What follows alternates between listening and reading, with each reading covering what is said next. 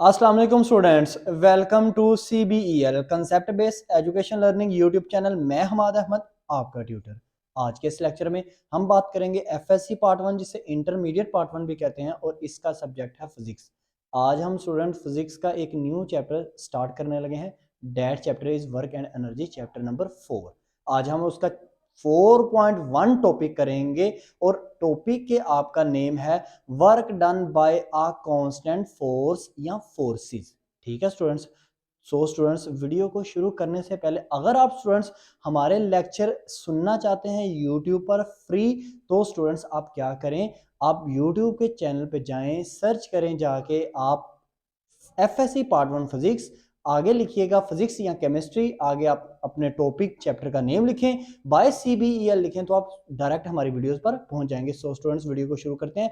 लेकिन वीडियो शुरू करने से पहले आप स्टूडेंट्स से ये रिक्वेस्ट है, चैनल को सब्सक्राइब करें, वीडियोस को लाइक करें, और इन वीडियोस को ज्यादा से ज्यादा अपने फ्रेंड्स में शेयर करें, ताकि आपके साथ साथ उनका भी बेनिफिट हो। और स्टूडेंट्स, इन यूट्यूब चैनल के जरिए से अपनी एजुकेशन को जारी रखा करें, क्योंकि ये आपके लिए एक बहुत ज्यादा बेनिफिट चीज है। ठीक है ना। फ्री ऑफ कॉस्ट आपको एजुकेशन हासिल कर रहे हैं, ना किसी एकेडमी में जाना पड़ रहा है आपको, ना किसी कॉलेज में जाना पड़ रहा है, तो आप इस अपॉर्चुनिटी को गेन किया करें।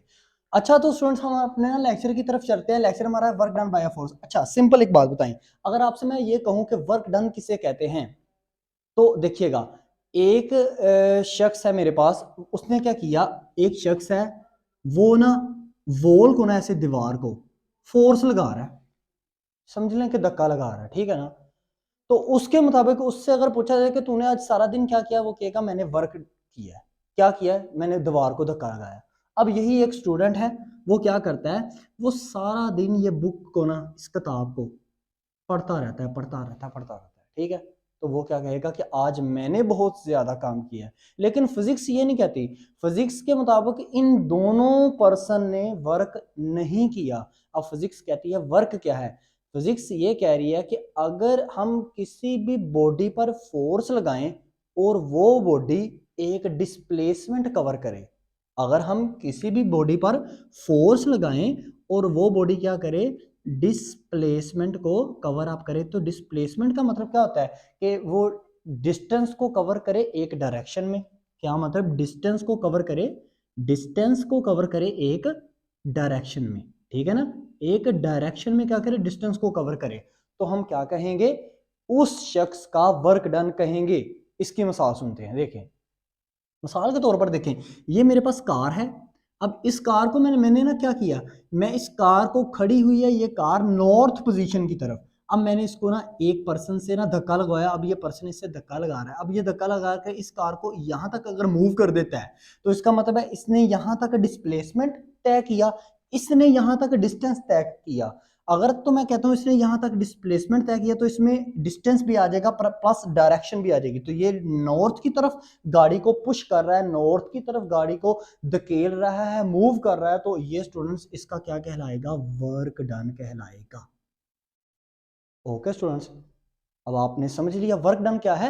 Work done not a work, मतलब जैसे कोई भी फर्ज करें, कोई भी पर्सन कोई काम करता है, तो वो वर्क नहीं है। वो वर्क क्या है, साइंस की नजर में, फिजिक्स की नजर में वर्क डन क्या है, कि अगर कोई शख्स किसी चीज के ऊपर फोर्स लगाता है, फोर्स लगाकर उस चीज को एक खास डायरेक्शन में डिस्टेंस उसका कवर अप करवाता है, या इसको इस तरह पढ़ लें कि एक शख्स किसी बॉडी के ऊपर फोर्स लगाता है, और फोर्स लगाकर उस बॉडी के अंदर या उस बॉडी के ऊपर कोई डिस्प्लेसमेंट कवर अप करवाता है उस बॉडी का, तो वो स्टूडेंट्स उसका क्या कहलाएगा, वर्क डन कहलाएगा।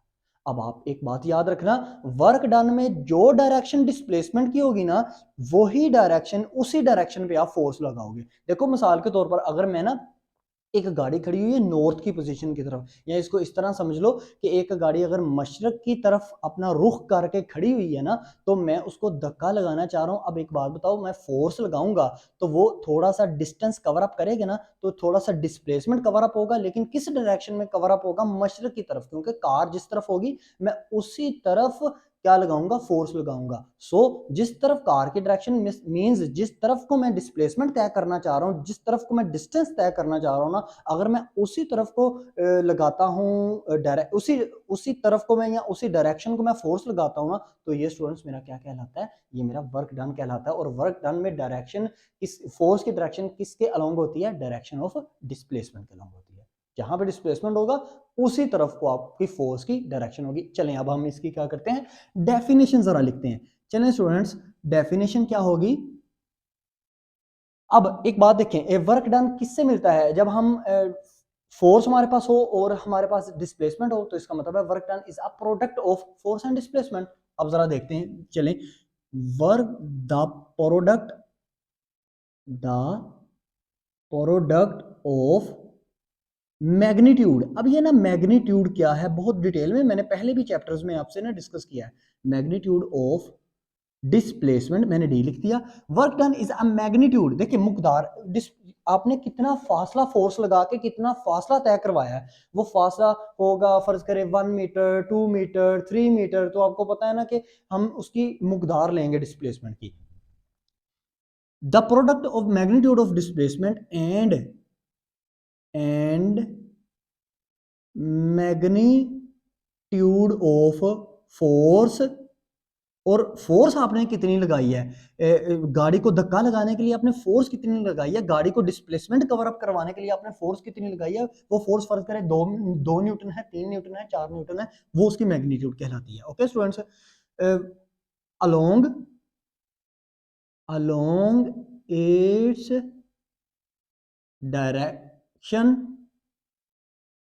डायरेक्शन ऑफ डिस्प्लेसमेंट, और इस फोर्स की डायरेक्शन किसके अलोंग होनी चाहिए, डिस्प्लेसमेंट के अलोंग होनी चाहिए। ये इसकी क्या हो जाएगी, डेफिनेशन। अब हम इसका फार्मूला अगर लिखे तो कैसे लिखेंगे, work done W is equal to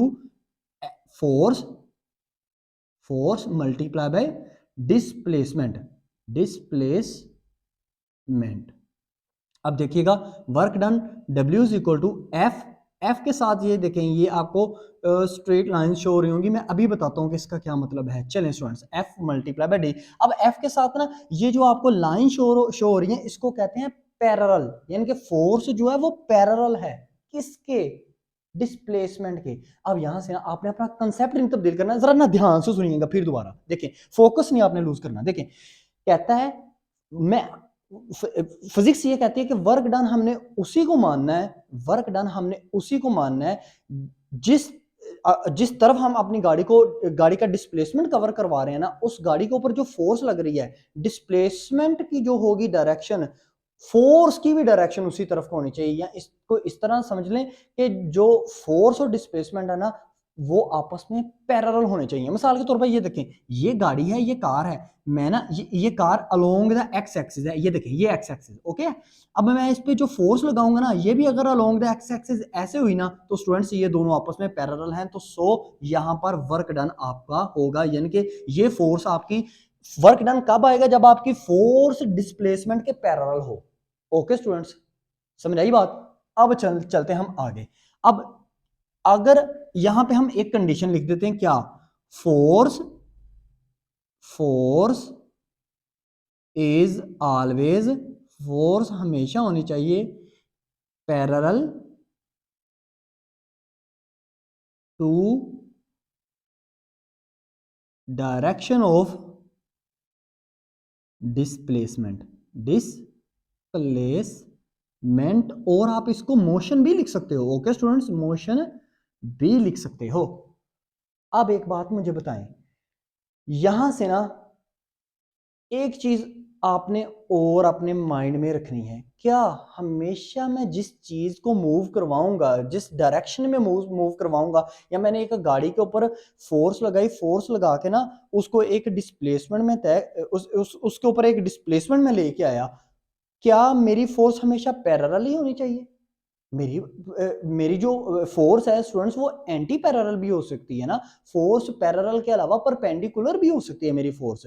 देखिए मैं आपको समझाता इस तरह, इस एग्जांपल को ना हम इस तरह लेते हैं। देखिए मिसाल के तौर पर ना मेरे पास ना एक ट्रॉली है, या मेरे पास ऐसे देखें एक ट्रॉली है, इसके ना 2 बॉक्स हैं, ये ऐसे एक कंपोनेंट इसका ये ऊपर वाला, एक नीचे वाला, और ये दोनों कंपोनेंट ना सेपरेट सेपरेट है, हम इन दोनों कंपोनेंट्स को अलग-अलग फोर्स लगा सकते हैं। अब ये अलोंग द कैसे है, अलोंग द एक्स एक्सिस, ये ऐसे बॉक्स पड़ा हुआ है।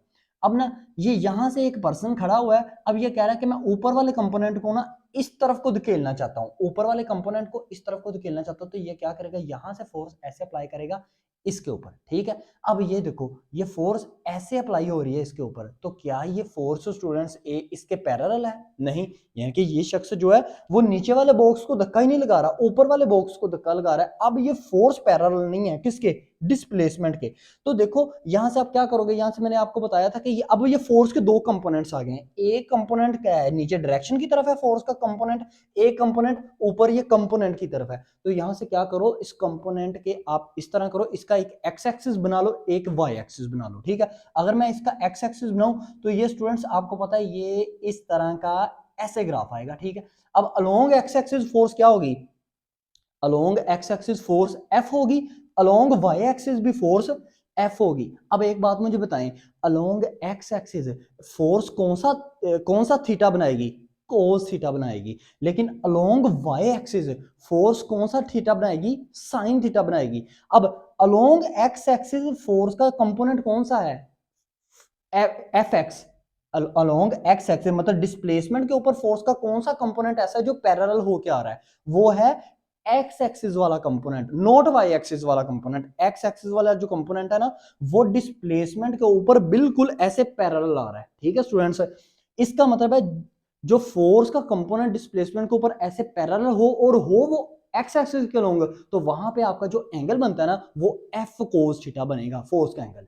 और जो वाई एक्सिस के अलोंग थीटा एंगल बनाएगा वो एफ साइन थीटा बनाएगा। सो इसका मतलब है हम इस फार्मूले में ये भी लिख सकते हैं कि अगर हमारी फर्ज करें, अगर हमारी फोर्स पैरेलल नहीं है डिस्प्लेसमेंट की, तो फिर हम किस तरह उस डिस्प्लेसमेंट को, उस फोर्स को डिस्प्लेसमेंट के पैरेलल ला सकते हैं, तो उसको हम लाएंगे उस फोर्स का एक एक एक कंपोनेंट डिस्प्लेसमेंट के पैरेलल लेके आ जाएंगे। तो हम यहां पे ये लिखेंगे work done W is equal to F cos theta this D.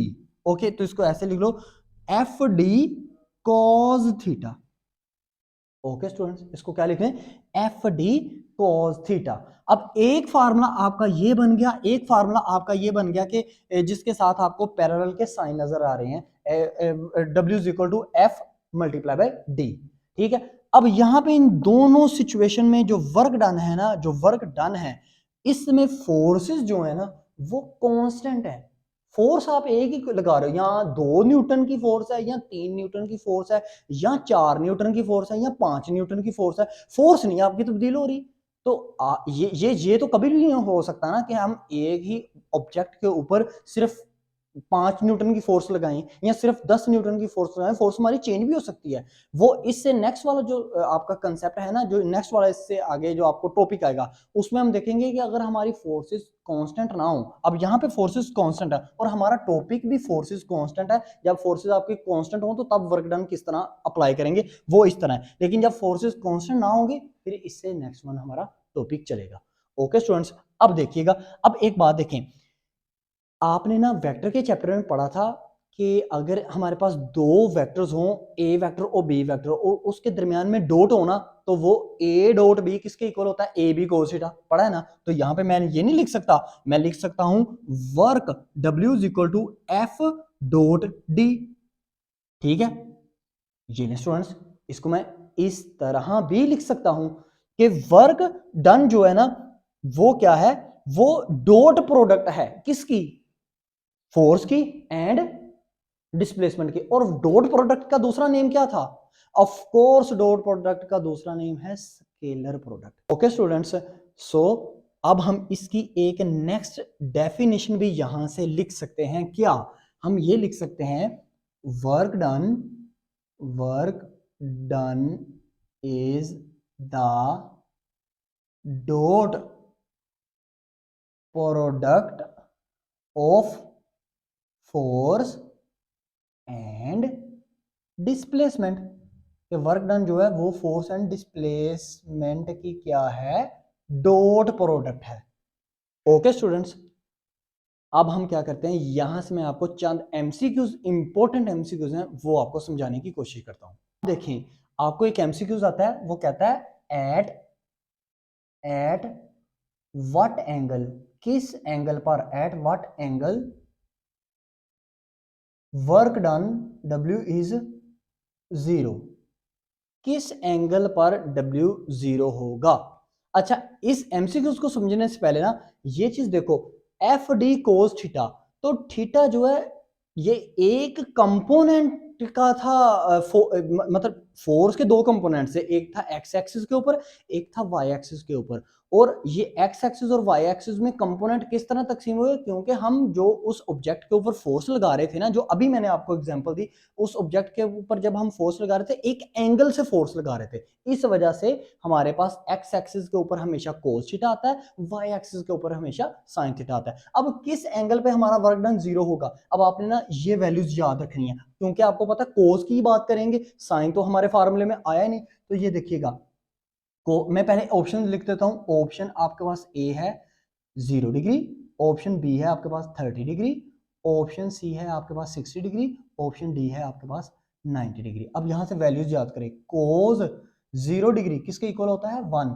Cause 30 degree किसके इक्वल होता है 0.86, कोज 60 डिग्री किसके इक्वल होता है 0.5, कोज 90 डिग्री किसके इक्वल होता है 0 के, और कोज 180 डिग्री किसके इक्वल होता है -1 के। ओके, अब आपको स्टूडेंट्स यहां से पता चल जाएगा कि वर्क डन जो है वो 0 कब होगा, वर्क डन में किस एंगल पर वर्क डन आपका 0 होगा, वो स्टूडेंट्स आपका 90 के एंगल पर आपका क्या होगा वर्क डन, जब कोज 90 होगा तब वर्क डन आपका 0 होगा, और आप ऑप्शन डी को टिक करेंगे। अब आगे देखें, आगे एक और आपको एमसीक्यूज कहता है एट व्हाट एंगल, किस एंगल पर वर्क डन इज मैक्सिमम। अब ये मैक्सिमम का मतलब ध्यान से समझिएगा, ए 0 डिग्री, बी 30 डिग्री, सी आपके पास 180 डिग्री, और डी आपके पास 0 एंड 180 डिग्री बोथ।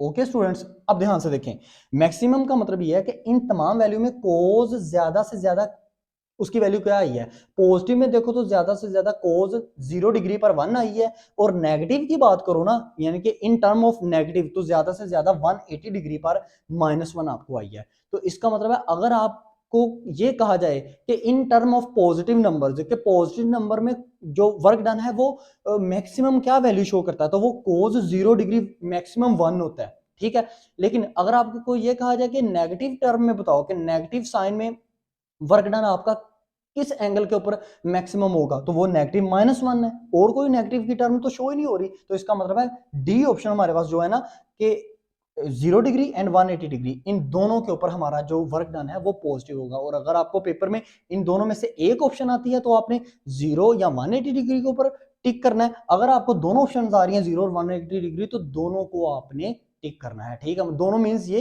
कि अगर आपको ये डी ऑप्शन जैसे मैंने लिखी हुई है 0 डिग्री एंड 180 डिग्री, इस तरह आपको लिख के वो दे दे। अब देखें, आगे चलते हैं, एट थर्ड आपका MCQs, at what angle, what angle the work done W is half, किस एंगल पर W is half of maximum, या हाफ भी आप समझ लें या मैक्सिमम, किसी भी तरह आपका माइंड वो कंफ्यूज कर सकता है। नंबर ए ऑप्शन 30 डिग्री के ऊपर, number B 60 degree, number C 0 degree, और नंबर डी है आपके पास 180 डिग्री। तो ये बताएं किस एंगल के ऊपर आपका वर्क डन जो है ना वो मैक्सिमम का आधा है। मैक्सिमम कितना है, मैक्सिमम आपका पॉजिटिव में, पॉजिटिव टर्म में मैक्सिमम देखो ना, तो वो स्टूडेंट्स आपका है 1 डिग्री, सॉरी वो है 0 डिग्री। तो 0 डिग्री के ऊपर आपका वर्क डन कितना है 1, तो 1 का हाफ कितना होगा 0.5, तो वो किस में है, वो कोज 60 में है। तो इसका मतलब कोज 60 डिग्री आपकी इस ऑप्शन सी आपकी क्या होगी, बिल्कुल करेक्ट होगी, ठीक है स्टूडेंट्स। ये हाफ किसका बनता है 1 का। अब हम इससे आगे मूव करते हैं, अब देखते हैं, अब देखें आपने चंद टर्म्स अपने माइंड में रखनी है कि वर्क डन कब पॉजिटिव होता है, कब नेगेटिव होता है, और कब वो 0 होता है। अब ध्यान से समझिएगा, मैं लिखता हूं व्हेन वर्क डन इज 0, तो वर्क डन कब 0 होगा, वर्क डन का फार्मूला क्या है W is equal to F D cos theta. अगर तो आपके पास कोस थीटा हो, अगर आपके पास ऐसे एफ डी है, कोस थीटा, कोस आपके कोस की वैल्यू आपकी 0 डिग्री हो, सॉरी 90 डिग्री हो, ठीक है, तो आपका क्या होगा 90 डिग्री कोस में पुट करेंगे तो स्टूडेंट्स आपके पास एफ डी कोस 90 आपके पास 0 आता है, तो आपका वर्क डन कितना हो जाएगा, 0 हो जाएगा। इसका मतलब है वर्क डन किस एंगल पर, अगर एंगल में बात की जाए ना तो वर्क डन 90 के एंगल पे आपको 0 वर्क डन शो होगा। लेकिन फर्ज करें मेरे पास फोर्स 0 है, फोर्स लगी नहीं, जैसे मिसाल के तौर पर एक लड़का है, एक लड़का क्या करता है, वो दीवार के ऊपर ना, दीवार के ऊपर स्टूडेंट्स फोर्स लगानी है उसने, लेकिन वो ना ऐसे खड़ा रहता है, वो स्टेशनरी रहता है, रेस्ट में रहता है, उसके पास खड़ा रहता है, क्या वो फोर्स लगा रहा है, नहीं फोर्स लगा रहा, तो इसका मतलब है यहाँ पे 0 फोर्स हमें पुट करनी पड़ेगी, तो 0 फोर्स में पुट करेंगे तो सारा वर्क डन ही 0 हो जाएगा। अब देखें एक यही स्टूडेंट है, यही एक लड़का है, वो दीवार के ऊपर फोर्स लगाई जा रहा है, लेकिन क्या दीवार जो है वो आगे की तरफ मूव हो रही है, डिस्प्लेसमेंट कर रही है, डिस्टेंस कोई कवर अप करेगी दीवार, नहीं करेगी। इसका मतलब उसकी तमाम एफर्ट्स जो है वो बेकार जा रही हैं, डिस्प्लेसमेंट 0 है, तो डिस्प्लेसमेंट 0 होगा तो आपका वर्क डन 0 हो जाएगा। तो आप क्या कहेंगे, वर्क डन कब 0 होगा, जब आपका एंगल 90 होगा, जब आपकी फोर्स नहीं लगेगी, जब आपका यहाँ डिस्प्लेसमेंट नहीं अप्लाई होगा। अब आगे चलते हैं, when work done is positive, आपका वर्क डन पॉजिटिव कैसे होगा, कब होगा, अब देखते हैं ध्यान से। स्टूडेंट्स एक बात याद रखिएगा, जब आपका वर्क डन 90 के एंगल से कम होगा, यानी कि वर्क डन आपका क्या है, ध्यान से फिर देखिएगा, W is equal to F D cos theta, जब आपका ना कोस थीटा, एफ डी ऐसे मैं लिखता हूं कोस थीटा, या तो आपका कोस हो 0 डिग्री, या आपका कोस हो 30 डिग्री, या आपका कोस हो 45 डिग्री, या आपका कोस हो 60 डिग्री, या आपका कोस हो 70, यानी कि समझ लें अगर आपका कोस जो है 90 डिग्री के एंगल से कम एंगल पर है ना, तब आपका वर्क डन हमेशा पॉजिटिव होगा। वो कोई भी एंगल हो सकता है 90 से नीचे, 35 का लगा लें, 45 का लगा लें, 75 का लगा लें, आप 60 का लगा लें, 45 का लगा लें, ओके है।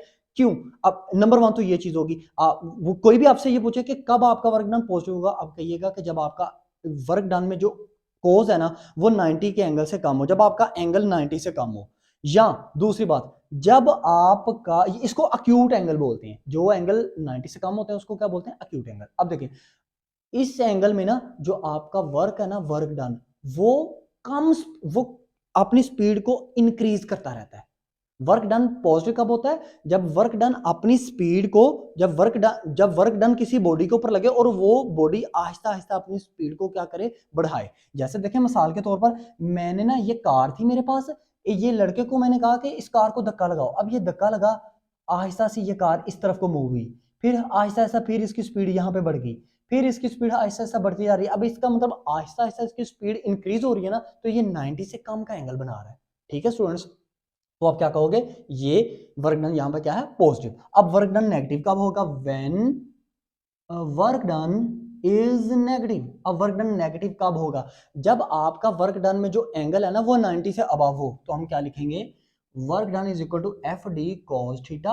अब आपका कोस किसके बराबर हो, कोस आपका ग्रेटर देन, मैं यहां पे लिख देता हूं मैंने यहाँ पे लिख देते हैं ग्रेटर देन 90 डिग्री, यानी कि इसका क्या मतलब है, 270, 180, 270 डिग्री, 360 डिग्री, 235 डिग्री, कुछ भी आपका एंगल हो सकता है। जब आपका एंगल 90 से अबव होगा ना तब आपका वर्क डन तब आपका वर्क डन नेगेटिव होगा। अब इसको ऐसे पढ़ें, जब आपका वर्क डन नेगेटिव होगा ना, जब एंगल वर्क डन में एंगल 90 से अबव होगा ना, तो याद रखिएगा जिस बॉडी के ऊपर आप वर्क लगा रहे हो, जिस बॉडी के ऊपर आप फोर्स लगा रहे हो ना, वो बॉडी जो है वो स्पीड को इंक्रीज नहीं किए जा रही, वो स्पीड को डिक्रीज किए जा रही है। तो जब आपकी फोर्स लगाने से स्पीड डिक्रीज होना, तो इसका मतलब है आपका वर्क डन जो है ना वो नेगेटिव शो कर रहा है। जब फोर्स लगाने से स्पीड इंक्रीज हो तब समझिएगा कि आपका वर्क डन पॉजिटिव शो कर रहा है। इसीलिए तो कोस 180 डिग्री लें तो वो -1 नहीं आपके पास आता, इसका ये मतलब होता है कि वो वर्क डन, वहां पे वर्क डन क्या है, नेगेटिव है। ओके स्टूडेंट्स, अब यहाँ पे लास्ट चीज आपकी सिर्फ रह गई है, वो है ग्राफ, कि ग्राफ की मदद से हम वर्क डन को किस तरह पहचान सकते हैं, आइडेंटिफाई कर सकते हैं। अब देखें ग्राफ की मदद से हम कैसे वर्क डन को निकाल सकते हैं, अगर आपके पास कोई फॉर्मूला ना हो।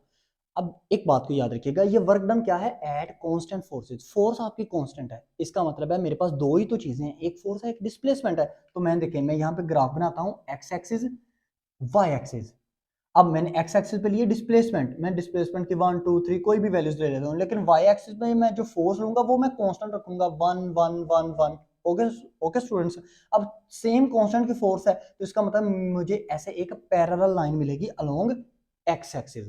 अब ये अलोंग एक्स एक्सिस में जो मुझे पैरेलल लाइन मिल रही है, ये मेरा डिस्टेंस डिस्प्लेसमेंट और ये पैरेलल लाइन के दरमियान जो एरिया है ना, ये मुझे बता रहा है कि मैं वर्क डन कर रहा हूं। वजह कैसे आपको ये बताएगा ये एरिया कि आप वर्क डन कर रहे हैं? आपको पता है वर्क डन में मैंने जो ये जो सिंबल यूज किया था पैरेलल लाइंस का, तो मैंने आपको बताया था कि वर्क डन में हमेशा फोर्स या वो डिस्प्लेसमेंट के पैरेलल होगी। तो यहाँ पे देखो फोर्स डिस्प्लेसमेंट के पैरेलल नहीं आपको शो हो रही। तो जब भी आपको फोर्स ना डिस्प्लेसमेंट के पैरेलल शो हो रहा, मतलब कहने का मतलब समझिए, आप ना आप एक गाड़ी को ना नॉर्थ पोजीशन के ऊपर मूव कर रहे हैं। अब गाड़ी नॉर्थ, अब ये देखिए ये गाड़ी है, ये गाड़ी ऐसे नॉर्थ पोजीशन की तरफ ना ऐसे मूव करी किए जा रही है। अब इसके ऊपर जो आप फोर्स लगा रहे हैं वो भी आप ऐसे ऊपर को ही लगा रहे हैं, इसके ऊपर ये देखिए ना इसी डायरेक्शन में फोर्स लगा रहे हैं। तो अब ये देखो ये दोनों आपस में एक दूसरे से पैरेलल है ना। तो जब भी आपको इस तरह की सिचुएशन नजर आए ना, तो आप समझ लीजिएगा कि यहाँ पे आपको वर्क डन प्रोड्यूस हो रहा है, वर्क प्रोड्यूस हो रहा है। ओके स्टूडेंट्स, ये आपका एक कंप्लीट आज 4.1 आपका टॉपिक था। चैप्टर को हमने स्टार्ट किया हुआ है। इंशाल्लाह ताला इस चैप्टर को इसी तरह मजीद कंसेप्चुअल क्वेश्चन इसमें आपको बताए जाएंगे और साथ में आपके कंसेप्ट भी क्लियर करवाए जाएंगे। आप वीडियो को देखना मत भूलिएगा, आपका ही बेनिफिट है। ठीक है स्टूडेंट्स, अब तक लेते ही अपना ख्याल रखें, अपने इस यूट्यूब चैनल का भी। अल्लाह हाफिज।